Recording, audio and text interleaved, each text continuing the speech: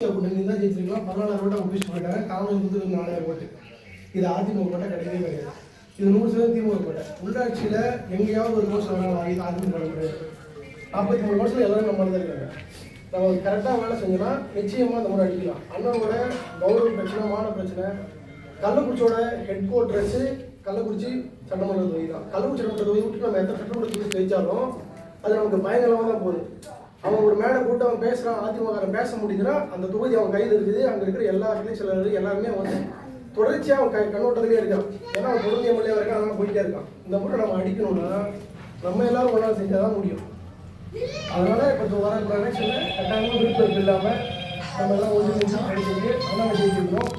இந்த முறை அண்ணா மினிஸ்டர் ஆகுது நம்ம கையில் தான் இருக்குது. நம்ம 4 தொகுதியோட போனோம்னா அண்ணா கட்டாயமாக மினிஸ்டர், அது எந்த மாற்றுக்கிறது கிடையாது. நம்ம எம்எல்ஏ கீழே வேலை செய்யணுமா, மினிஸ்ட்ரி கீழே வேலை செய்யணும் நம்ம கையில் தான் இருக்குது. நம்ம கட்டாயமாக இந்த முறை பணிக்குழு சொல்கிறது பார்ப்பேன். அதே மாதிரி வந்து நம்ம தேர்தல் பணிக்குழு நாளை நான் சொல்லணும். ஏன் அப்படின்னா நம்மகிட்ட வந்து 19 பணிக்குழு இருக்குது. கள்ள சட்டமன்ற தொகுதியில் விஷயம் 23 பணிக்குழு இருக்குது.